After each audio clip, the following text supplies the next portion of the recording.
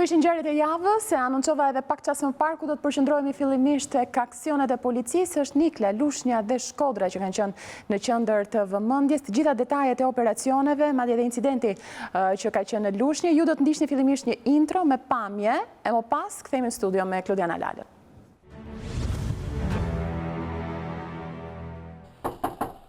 Policia shtetit, hapet derë, je rrethuar.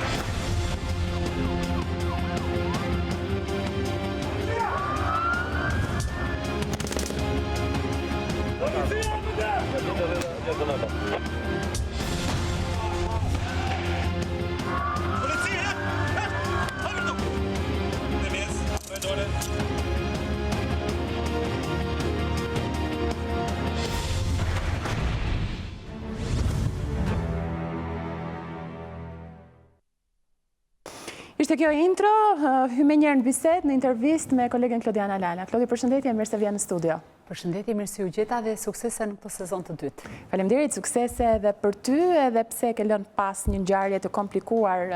personale, mbi veten tënde, je shumë e gatshme të flasësh për gjitha detajet, informacionet e fundit që vijnë nga aksionet e policisë shtetit në vende të ndryshme, në qytete të ndryshme. Në fakt ne duam sa më shumë detaje nga ky aksion, duke nisur bashkë me Niklën, apo jo? Sigurisht, në fakt, unë do të flas për 3 operacionet njëherazi, nga i Shkodrës tek Nikla dhe më pas edhe në fund në Lushnjë.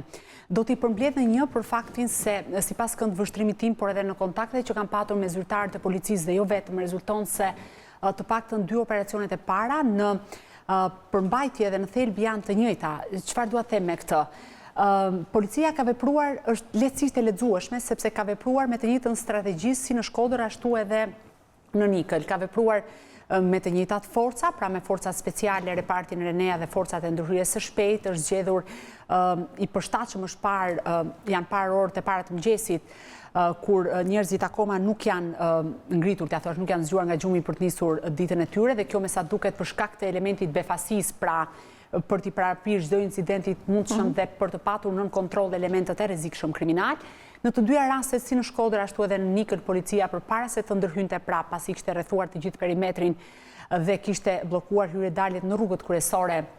ka fikur dritat, pra energjinë elektrike, ka shkëputur atë në gjithë zonën. Kjo me sa duket për të mos u dhënë mundësinë elementeve kriminal për t'u larguar. Por ajo çfarë unë shikoj me shqetësim lidhet me faktin e provueshmërisë për veprat penale për cilat personat e dyshuar si në Shkodër ashtu edhe në Nikël do të përgjigjen përpara ligjit. Në fakt, operacioni është koduar forca e ligjit dhe ka si qëllim të gjithë goditjen e grupeve kriminale dhe shkatrimin e grupeve kriminale që veprojnë në territorin e Republikës Shqipërisë. Por parë nga njëra anë show, nëse mund ta themi të tillë, pra forcat kriminale të mirë organizuara, të armatosura gjerë në dhëmb, me të mbuluar, të maskuar, me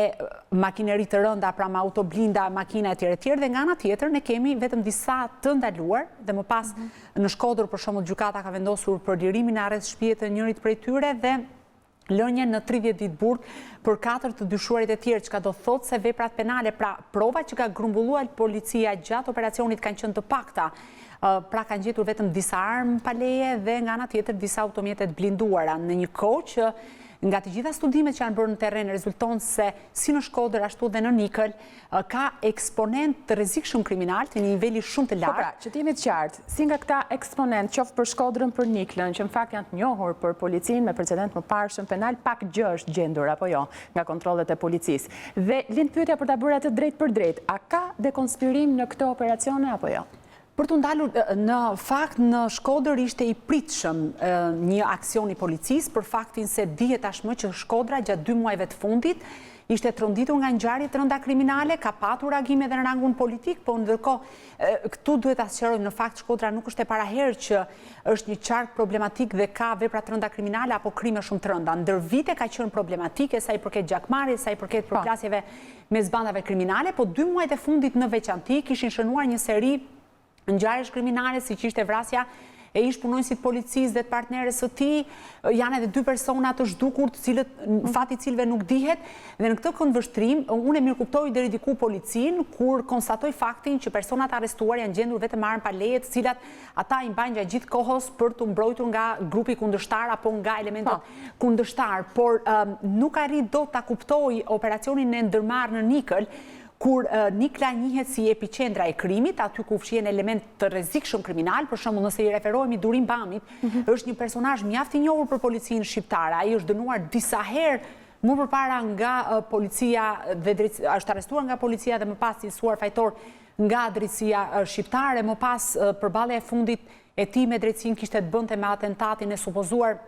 ndaj deputetit Shkodrës Tom Doshi. Në fakt Durim Bami vetëm në korrik të këtij viti e ka lënë arrestin shtëpiak dhe nga ana tjetër policia pretendon që ka bërë përgjime për afro 6 muaj dhe ndërkohë në shtëpinë e Durim Bamit nuk është gjetur asnjë send i paligjshëm. Pra parë në këtë këndvështrim është problematike mënyra se si po zhvillohen operacionet, sepse nuk ka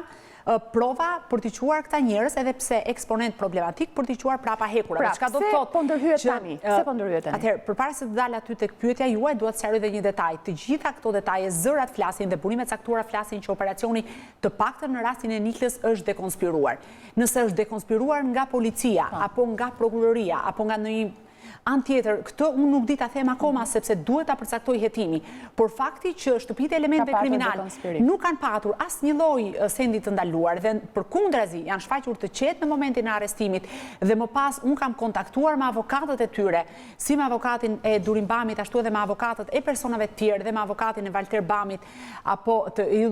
Yllicangut, më rezulton fakti që kanë qenë mjaft të qetë në përballjen me policinë, çka me sa duket për ta ishte i pritshëm një aksion. Pse tani?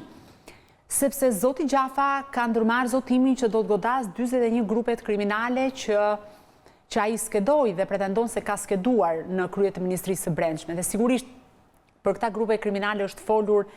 jo pak në media, pa diskutim që Ministria e Brendshme dhe Policia e Shtetit ka shumë më tepër informacione, por ajo çfarë duhet evidentuar në raste konkrete është fakti që përpara se policia dhe forcat renea të zbarkojnë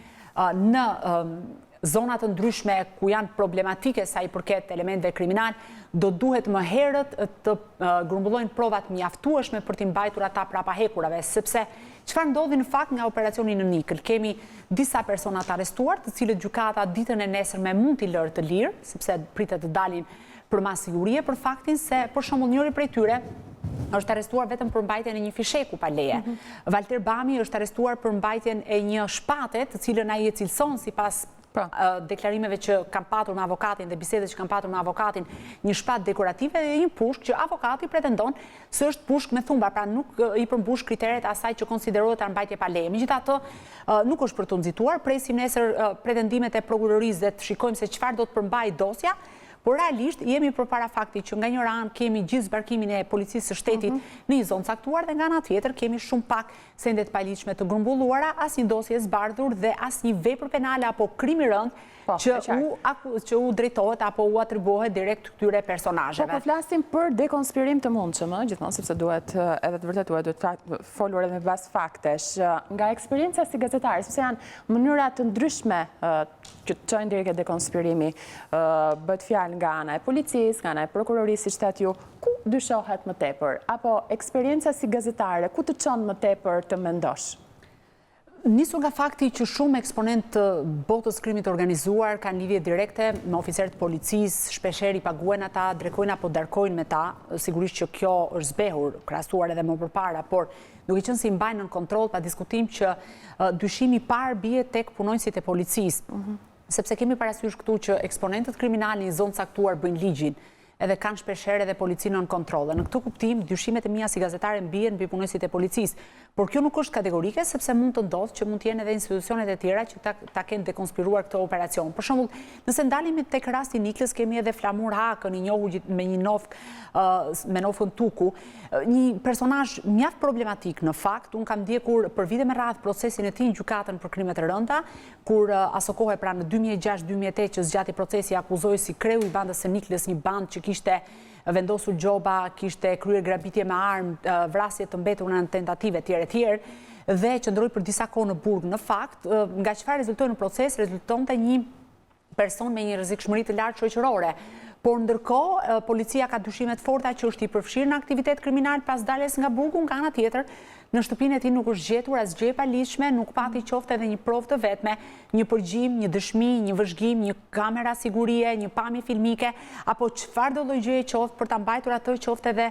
24 orë të paktën prapa hekurave. Pra, u mjaftuan me një shoqërim në pamje të parë një show të madh, e dërguan ambientet e policisë dhe më pas i thanë, zotëri, ju jeni i lirë sepse ne nuk kemi prova për t'ju mbajtur. Dhe kjo është realisht një thirrje për policinë e shtetit që përpara se të ndërhyjë në zona caktuara apo të shënjestrojë element caktuar kriminal, cilët pa diskutim duhet jenë prapa hekurave, do duhet më përpara të sigurojnë prova, sikurse në fakt ndodh në policitë e gjitha vendeve. Pa diskutim që është pozitiv reagimi i policisë në çfarë kuptimi, sepse shpesh kemi parë që policia është apatike, është e fjetur, nuk reagon,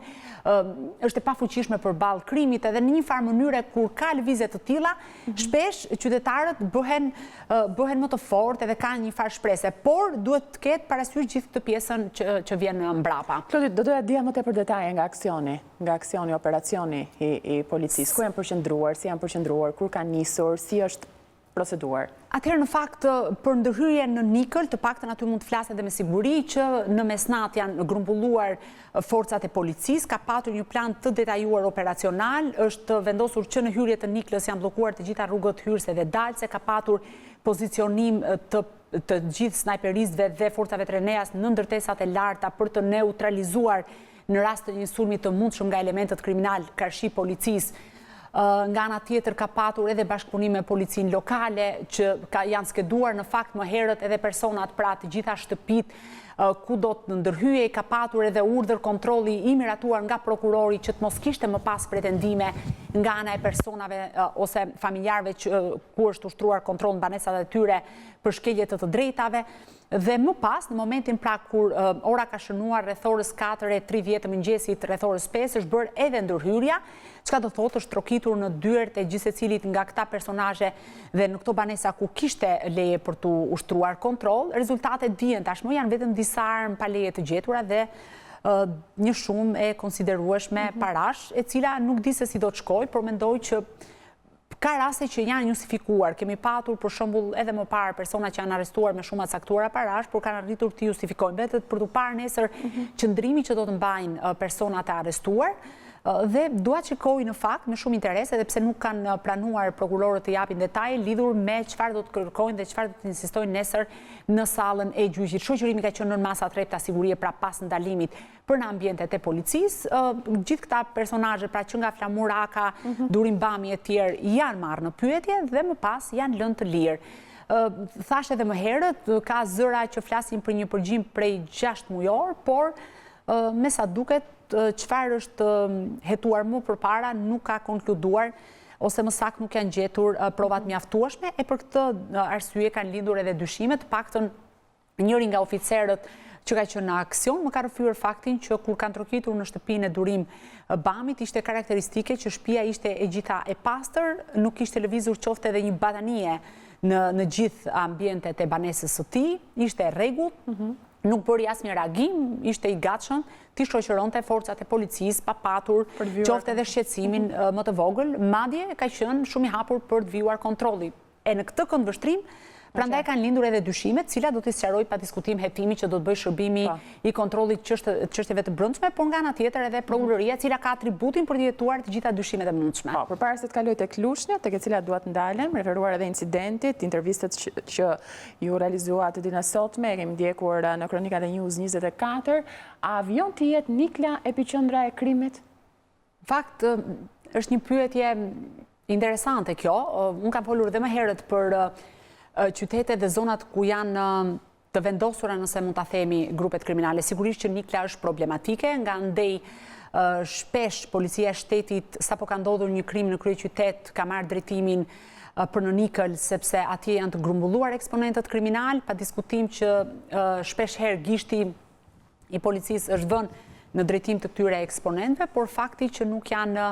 zbardhur shumë ngjarje, edhe pse janë dyshuar personazhe që vinë nga kjo zonë, sigurisht që lë vend për dyshime. Por nuk është vetëm Nikla, ne dim tashmë që ka problematik të krimit në shumë qytete tjera, por mbetet një zonë nxehtë, një zonë nxehtë që policisë do t'i duhet shumë punë, pa diskutim që duhet një bashkëpunim shumë i fortë mes organeve ligjzbatuese, madje edhe me partnerët e huaj, për shkatruar atë celulë e cila vepron prej shumë vitesh në zonën e Niklës dhe që shpesh herë ka përcen këmbën në kryeqytet, shkakton trazira, ngjarje të rënda kriminale dhe më pas tërhiqen në zonën e tyre të sigurt në atë që është konsideruar si baza e krimit. Po, duke u përqendruar tek lushnja tani, për çfarë situate mund të flasim për lushnjën krahasuar edhe me atë që ka qenë, për grupet kriminale, lushnja, aksionet e policisë dhe incidenti ditës sotme? Për ta nisur fillimisht, në fakt policia u nis drejt lushnjës në dijenin time dhe në informacionin që disponoj për pas një sinjalizimi që në banesën e Agjilikës strehoheshin dy persona të shumë kërkuar, Laert Haxhiu dhe Urges Bilbilit. Ditë në djeshme, fakt, sot është marrë intervista. Më pas, gjatë aksionit policor, pati një incident, i cili në fakt është ende i paqartë, u plagos në kokë Agjelika, është 77 vjeç. Ai pretendon se në momentin që të paktën në bisedën që unë bëra në spital, kam arritur ta regjistroj me celularin tim sepse rregullat e spitalit të traumës nuk të lejojnë të depërtosh me kamera brenda. Kam bërë një bisedë të gjatë me të. Ai pretendon se në momentin që ka dëgjuar thirrjen policia është ngritur për t'u veshur dhe në atë moment është goditur me plumb në kokë. Pretendon që ka një armë gjahu cilën e mban me leje, por mëngjesin e djeshëm nuk e ka prekur atë me dorë, pra nuk ka patur asnjë rezistencë të tillë ndaj punonjësve të policisë dhe pikërisht për këtë arsye kërkon edhe dhe i bën apel shtetit ta sqarojë pse policia i rrethoi shtëpinë, pse i terrorizoi familjen dhe pse qelloi atë në kokë kur ai është njëri i thjeshtë dhe nuk ka strehuar asnjëherë element kriminal. Megjithatë, përtej kësaj, sepse mund të ndodhë që edhe mund të kenë qenë strehuar, kjo do të sqarohet nga hetimi, në qoftë se personat e dyshuar dhe të shumë kërkuar kanë qenë të strehuar aty, është lehtësisht e verifikueshme sepse aty kanë lënë shenja të gishtave, nëse kanë qenë, mund të kenë lënë prova të tjera, çka do thotë që policia ka shumë të qartë pastaj panoramën për të shkuar. Por ajo çfarë dua të them, sigurisht që lushnja ka qenë një rreth problematik, për vite me radhë aty ka vepruar banda e drejtuar nga Aldo Bare, krimet janë publike, ka shkuar deri se ne jemi në një orar papërshtatshëm në ekzekutime mafioze, madje edhe prerje kokash, pra ka patur një kriminalitet shumë të shtuar. Për disa vite me radhë duk sikur kriminaliteti po binte, por është riaktivizuar gjatë viteve të fundit, masakra e vitit kaluar e tetorit vitit kaluar, për cilët dyshohen dy persona që kërkonte dhe kërkon policia, pa diskutim që rindezi edhe konfliktin mes bandave kriminale. Mund ta them që kemi një rizgjim, sepse tashmë edhe brezat ndryshojnë, por edhe konfliktet vazhdojnë të mbeten të hapura, të gjitha familjet në konflikt me njëra tjetrën nuk janë larguar nga qyteti, pra vazhdojnë të jetojnë në të njëjtin vend. Aldo Bare është i dënuar me burim përjetshëm dhe ndodhet prej vitesh prapa hekurave, por nga ana tjetër ai ka të afërm, ka nipër, ka mbesa, ka njerëz cilët sigurisht janë të afërm ti dhe në këtë kuptim hakmarrjet dhe përplasjet mes familjeve dhe grupeve kriminale vazhdojnë. Por në rastin e incidentit, nuk e di se çfarë do thotë policia dhe hetimi i Nuk ka patur ende një version tjetër nga ana e policisë ose një updatim të asaj çfarë Në fakt, po ta shikosh në pamje të parë Nisida, unë bisedova shumë gjatë me zotin Lika, me të moshuarin, ai më tha që dhe po ta shikosh edhe në pamje të parë, plumbi ka rënë tek dritarja poshtë, pra ka hyrë nga pjesa e dritares, pra nga pjesa e xhamit, çfarë do thotë që edhe nisur zoti Lika me sa kuptoj nuk ka qenë i ngritur ose mendoj unë nuk ka qenë në dritare sikurse pretendon policia për faktin që plumbin e ka në kokë dhe realisht deri diku edhe e besoi alibin e tij që ka qenë duke veshur pantallonat për dalë dhe për t'u përgjigjur policisë. Kanë bërë thirrje në fakt të gjithë banorët, edhe unë kam biseduar edhe me djemtë e tij, ata këmbgulin dhe kërkojnë nga shteti t'u shpjegohen të gjitha arsyet e ndërhyrjes, por është një thirrje për policinë e shtetit që përpara se të hyjë në aksione duhet patjetër që të marrë informacione të sigurta, ta ketë nën kontroll të gjithë situatën, sepse mund të ndodhë që sikurse ishte rasti i zotit Lika, mund të ndodhë të ketë edhe incidente edhe më të rënda, çka do thotë e gjithë tentativa e policisë për të vënë nën kontroll kriminalët mund të dështojë dhe mund të krijojë pasoja të pariparueshme në jetët e qytetarëve të thjeshtë. Do të pres hetimin për rastin konkret, për të parë nëse dy personat e shumë kërkuar kanë qenë të strehuar në këtë banesë apo në banesat e tjera që janë kontrolluar në fakt disa të tilla. Ka marrë në fakt shumë telefonata nga lushnja, pa diskutim që në shumë banesa është ushtruar kontroll, her pas here policia shkon atje, disa prej tyre shprehin shqetësim se na lidhin me krimin, po na bëjnë armiq me njëri tjetrin, kemi problematika të theksuar të kësaj natyre. Për shembull,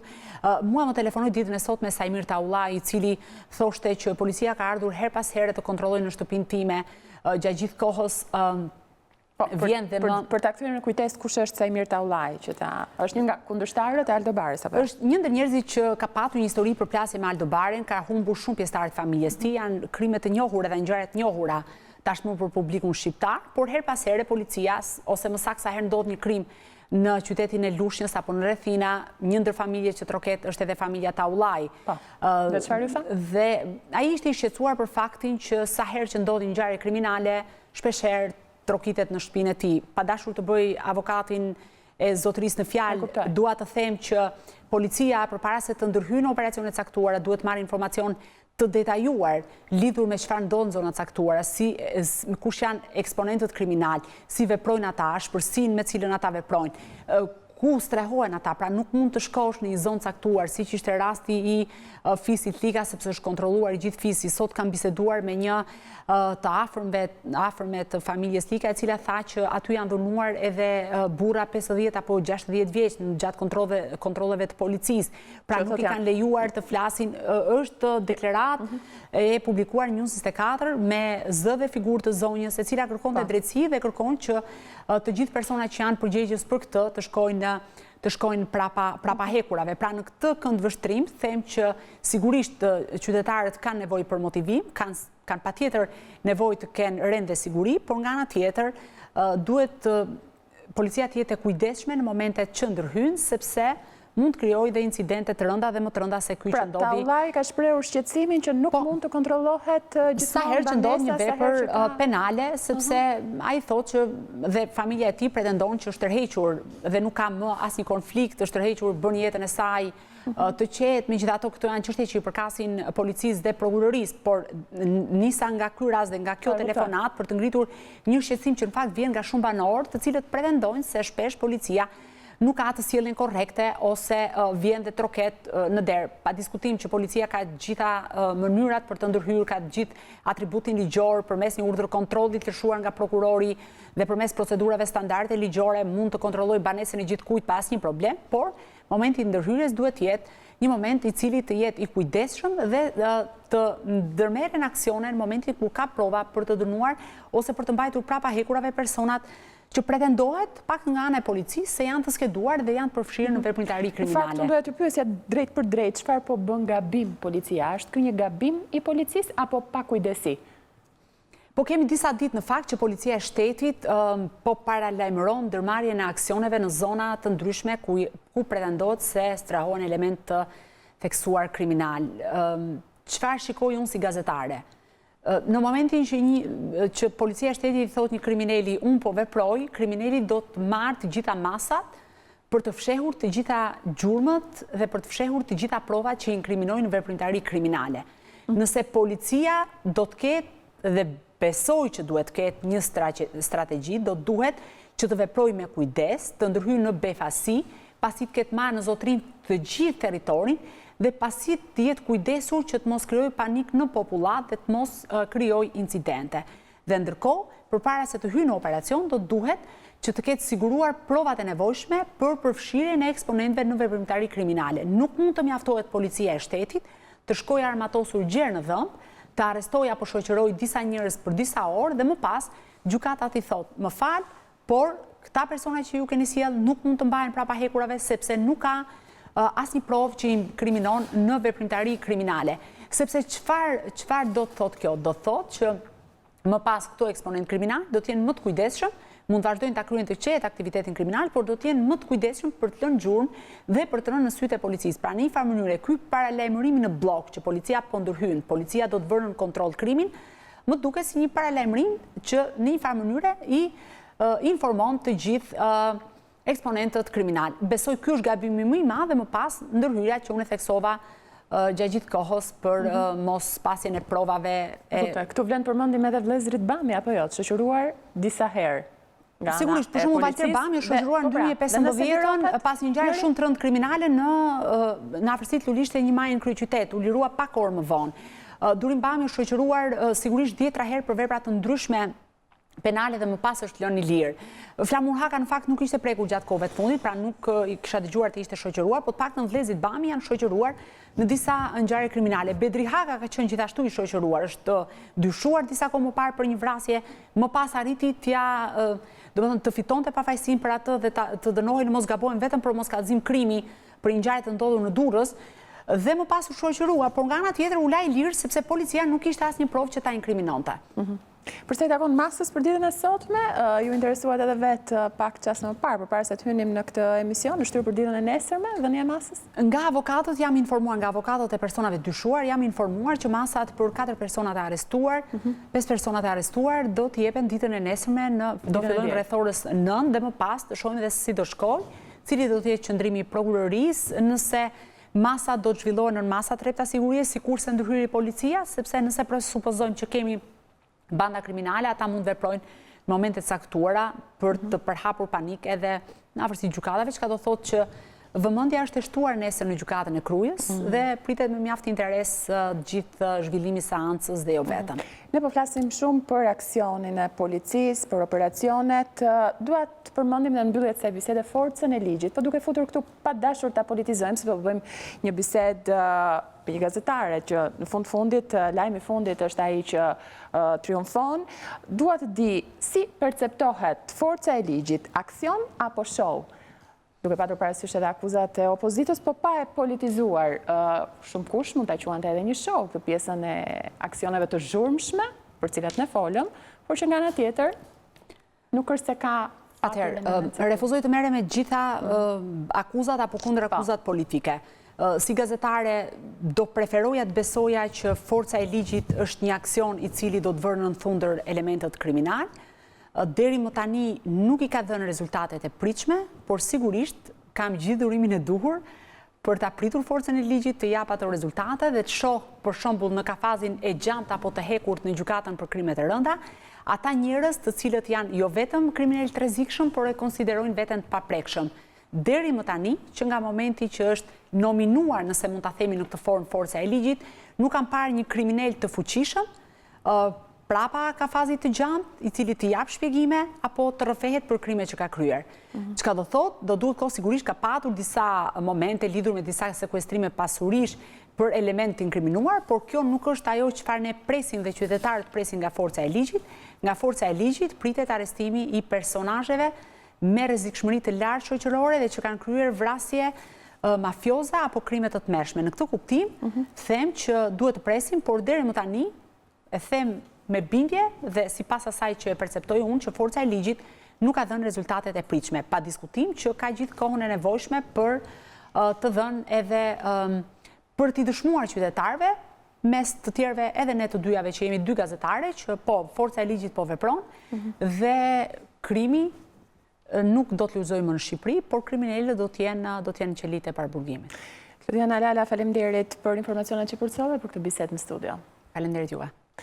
Ne do të shkëputemi për publicitet tani të nderuar shikues, pas pak do të vinë në këtë studio kreu i PD-us zoti Shpëtimit Drizi, do të flasim në një intervistë të gjatë me të për zhvillimet më të fundit, vendimin e PD-us dhe çfarë vjen më pas. Publicitet, kthehemi pas pak.